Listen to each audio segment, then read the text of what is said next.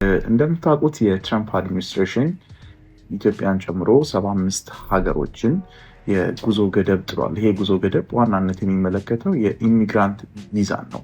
ማለትም በግሪን ካርድ ወደ አሜሪካ መምጣት ያሰቡ ወይም ደግሞ ፕሮሰስ የጀመሩ ሰዎች ላይ ነው ገደብ የተጣለው።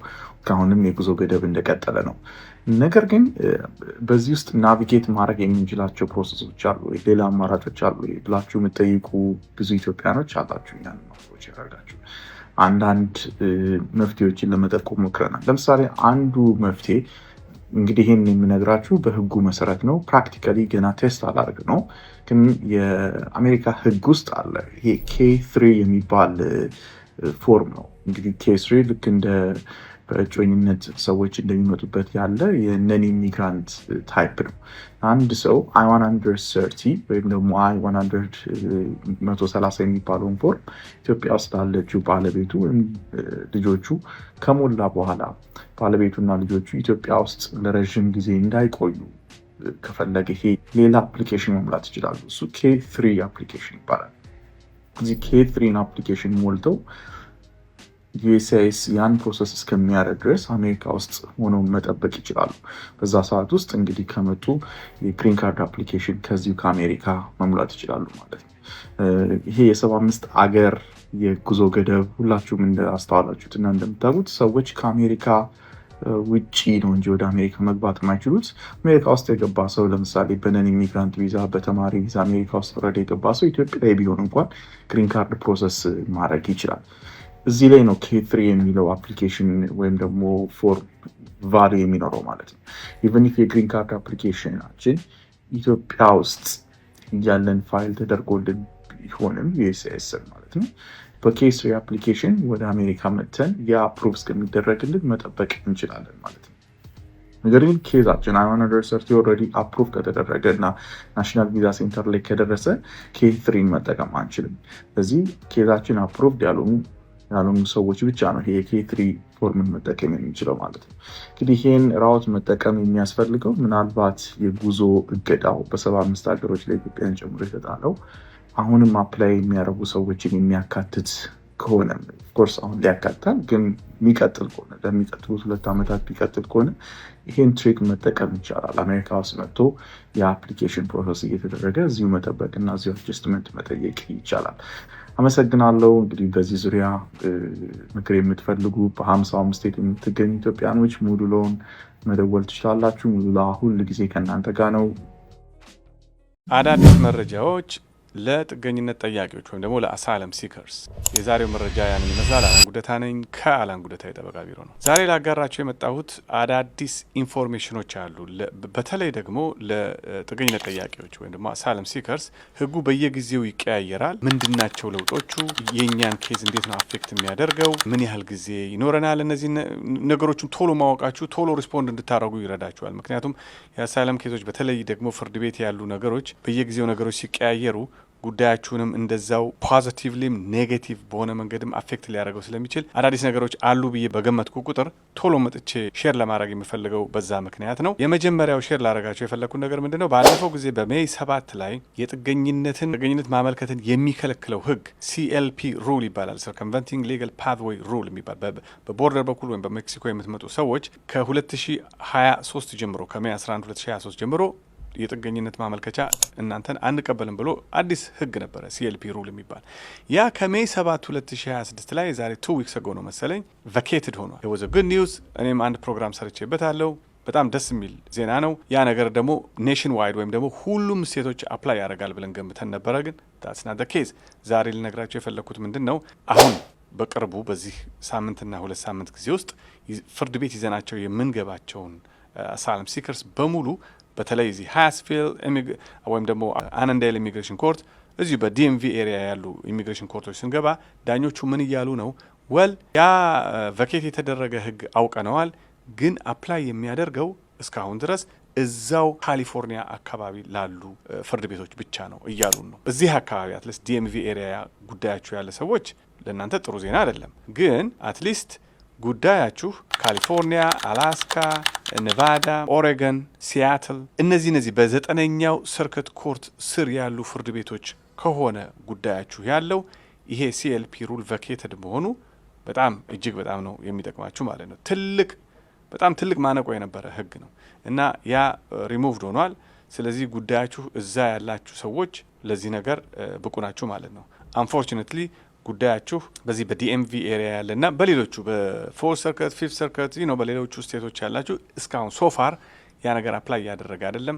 እንግዲህ ሁኔታዎች ወደፊት ይቀየራሉ ብለን እንጠብቃለን። የመጀመሪያው ላሳውቃችሁ የመጣሁት አዲሱ ነገር ይሄ ነው። ሁለተኛው ደግሞ ስለ አሳይለም አኑዋል ፊ ባለፈው አንድ ፕሮግራም ሰርቼ የነበረ ሁሉም ጥገኛነት ጠያቂ በየአመቱ 102 ብር መክፈል አለበት። ሁሉም ባለፈው የሰራሁት ፕሮግራም ላይ ያልጨመርኩት ነገር ነበረ። ያ ያልጨመርኩት ነገር ምንድን ነው? ጉዳያችሁ በይግባኝ የተያዘላችሁ ወይም ደግሞ በቦርድ ኦፍ ኢሚግሬሽን አፒልስ ይግባኝ ያላችሁ ሰዎች እናንተም ብትሆኑ ጉዳያችሁ ስቲል ፔንዲንግ ስለሆነ አሁንም የ102ቱን ብር መክፈል አለባችሁ፣ ግዴታ ነው። ስለዚህ መጠበቅም የለባችሁም፣ ቶሎ ብላችሁ መክፈል አለባችሁ ጉዳያችሁ ይግባኝ ላይ ያለ። ሶስተኛውና የመጨረሻው ላጋራ የፈለግኩት ደግሞ አይ ቢሊቭ ከማርች 30 ጀምሮ ዩኤስሲአይኤስ በዲሴምበር 2 2025 ላይ የአሳይለም ውሳኔዎችን አቁመናል ብለውን ነበረ። ከዛ ወዲያ ውሳኔ እየሰጡ አልነበረም። ማርች 30 2026 ጀምሮ ደግሞ ያንን እገዳ አንስተነዋል ብለዋል። ስለዚህ ኢን ደ ፓስት 6 months ከ6 7 8 ወር ኢንተርቪው አድርጋችሁ የአሳይለም ኢንተርቪው አድርጋችሁ እስካሁን ድረስ ውጤት ያልመጣላችሁ ሰዎች አሁን በእኛ ቢሮ በዚህ ሳምንትና ባለፈው ሳምንት ኢንተርቪው አድርገው አይ ቢሊቭ ከ4 ከ5 ወር በፊት ኢንተርቪው አድርገው ውጤታቸውን እየጠበቅን ያሉ ሰዎች ነበሩ። የነሱ አፕሩቫል ሌተሮች እየደረሱን ነው። ያ ምን ያሳያል? እውነትም ዩኤስሲአይኤስ እንዳለው ውጤቱ እየመጣ ነው ማለት ነው። ካሁን በኋላ ኢንተርቪው ያደረጋችሁ ሰዎች ሞስት ላይክሊ በሚቀጥሉት ሳምንታትና ቀናት ውስጥ ውጤታችሁን ቀስ እያላችሁ ልታገኙ ትችላላችሁ። ለዛሬ ላጋራችሁ የመጣሁት እነዚህን መረጃዎች ነው። መረጃ መቼም ሁል ጊዜ ለስኬታችሁ በጣም እጅግ በጣም ጠቃሚ ነው። አላን ጉደታ ነኝ ከአላን ጉደታ ይጠበቃል። እንግዲህ ላስት ዊክ አንዱ ከሰማነው ዜና የዲፓርትመንት ኦፍ ሆምላንድ ሴኩሪቲ ዋና ሴክሬታሪ ሙለን ይፋ ያደረገው የ10,000 የኤፍ1 ስታተስ ያላቸው ተማሪዎች የኦፒቲ ፕሮግራምን አቢዩዝ ያደረጉበትን መንገድ ነው። እንግዲህ 10,000ዎቹ እንዴት አቢዩዝ ያደረጉ አይታወቅም፣ ግን አጠቃላይ ጄኔራል የተደረገ ኢንቨስቲጌሽን ምንድነው? ኦፒቲ የምታውቁ ሰዎች ካላችሁ ኤፍ1 ስታተስ ይዛችሁ የተማሪነት ስታተስ አሜሪካ ውስጥ ከመጣችሁ በኋላ ትምህርታችሁን ሲጨርሱ እንደ ትምህርቱ አይነት የ1 ዓመት ወር የ3 ዓመት የኦፒቲ ትሬኒንግ ፕሮግራም ይሰጣችኋል። በዛ ኦፒቲ መስራት ትችላላችሁ። ወርክ ፐርሚት ተሰጥቷችሁ ማለት ነው። ስፔሲፊክሊ ከእናንተ ጋር የተገናኘ ስራ መሆን መቻል አለበት። በኢንጂነሪንግ የተመረቀ ሰው ሄዶ ሆቴል፣ ሬስቶራንት አስተናጋጅ መሆን አይችልም። በህግ የተመረቀ ሰው የኢንጂነሪንግ ስራ መስራት አይችልም። ማድረግ የሚችለው በፊልዱ ላይ መሰማራት ነው የሚኖርበት፣ ወይም ከፊልዱ ጋር በጣም ተቀራራቢ ይሆን።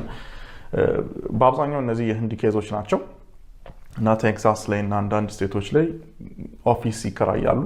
እነዚህ ኦፊሶቹ ፊዚክሊ ኤግዚስት አያደርጉም። አንዳንዶቹ ፊዚክሊ ኤግዚስት ያደርጉና ግን የተባለላቸውን ስራ አይሰሩም። ዝም ብለው እነዚህን የኦፒቲ ፕሮግራም ላይ ያሉትን ተማሪዎች ይቀጥሯቸዋል እና ከቀጠሯቸው በኋላ ለዩኤስሲአይኤስ ኖቲፋይ ይሰጣሉ። ለምሳሌ ምን አይነት ኤልኤልሲ ብለው some kind of ኤልኤልሲ ያቋቁማሉ። ከዛ ይሄ ኤልኤልሲ ይሄን የኤፍ1 ስቱደንት ይቀጥረዋል። የቀጠርኩት በወር $3,000 ነው ብሎ ያስመዘግባል። 90 ቀን ጠብቅ ያለው የአሜሪካ ዜጋ በዚህ ውስጥ መቀጠር አልቻለም፣ ስለዚህ ይሄን ተማሪ የቀጠርኩት ነው ብሎ እንደዚህ አይነት የሌበር ሰርቲፊኬቶችን ያሟላል። ከዛ በኋላ የኤፍ1 ስቱደንቶችን በኦፒቲ ያሉትን ይቀጥራቸዋል ማለት ነው። ምንድነው የሚያደርጉት? ከኤፍ1 ተማሪዎች ገንዘብ ይቀበላሉ። ከዛ እነዚህ የኤፍ1 ተማሪዎች ደግሞ ሌላ ቦታ ሄደው ስራ ይሰራሉ ማለት ነው።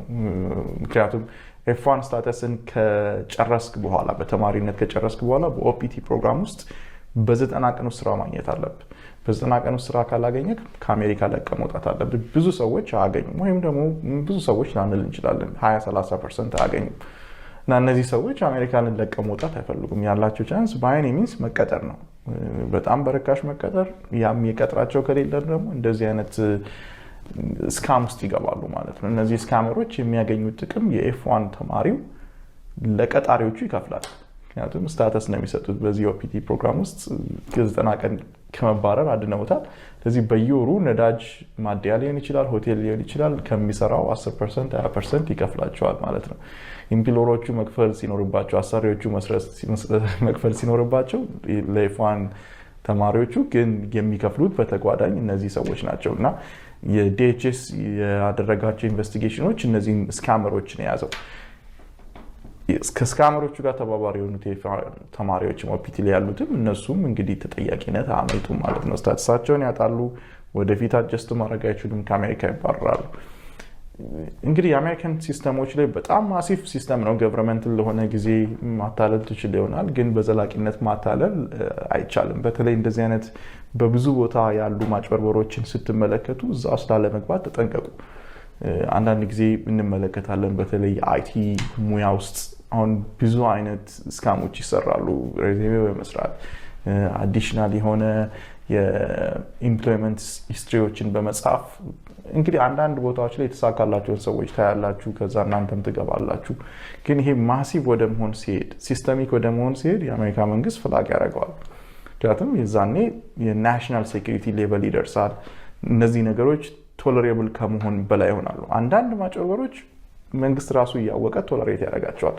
ለምሳሌ አንድ ኤግዛምፕል ብሰጥ እስከ ትራምፕ አድሚኒስትሬሽን ሰከንድ የትራምፕ አድሚኒስትሬሽን ድረስ አንድ ግለሰብ በሜዲኬድ እና በኢንሹራንስ ማጭበርበር ሂደት ውስጥ ከ1.5 ሚሊዮን ዶላር በላይ ካላጭበረበረ የፌዴራል መንግስት ኢንቨስቲጌት አደረገው። ስለዚህ እስከ 1.5 ሰምታይምስ እስከ 2.5 ሚሊዮን ዶላርስ ድረስ ሲያጭበረብር እያዩት እንኳን ዝም ይሉታል። ያን ሌቨል ሲደርስ ነው የፌዴራል መንግስት ይህን ግለሰብ ኢንቨስቲጌት ማድረግ የሚችሉት ወደ ፍርድ ቤት የሚወስዱት ማለት ነው። አሁን ይህን ህግ አንስተውታል። አሁን ኤኒበዲ የሜዲኬድ ኦር ኤኒ ኢንሹራንስ ስካም ውስጥ ማጭበርበር ውስጥ ከገባ ኢንቨስቲጌት ይደረጋል በአዲሱ የትራምፕ አድሚኒስትሬሽን መሰረት ማለት ነው። እና ስቴቶች ይህን ኢንፎርሜሽን የማጋልጡ ስቴቶች የፌዴራል ፈንድ እየተያዘባቸውን የሜዲኬድ ፈንድ ማለት ነው። በሌሎች ሲስተሞችም ተመሳሳይ ነው። በኢሚግሬሽንም ሊሆን ይችላል። በሌሎች ሲስተሞችም መንግስት ሪሶርስ የለውም ሁሉን ነገር ኢንቨስቲጌት የማድረግ ግን ሲስተሚክ ሌቨል ሲደርስ የሆነ ሌቨል ሲደርስ መንግስት አግሬሲቭሊ ይገባል። ስለዚህ ያን ትሬሾልድ ያን ክሪቲካል ስቴጅ መቼ ሂት እንደሚያደርግ አናውቅም ብዙዎቻችን። አበበ ከበደ ሲሳካለት ኦኬ ከሌ በዚህ ሰርቷል ስለዚህ ኖ ፕሮብሌም ብለን ልንገባ እንችላለን። ግን ክሪቲካል ስቴጅ ላይ ሲገባ ሁላችንም በዚህ ውስጥ ልንያዝ እንችላለን እና መጠንቀቅ ጥሩ ነው።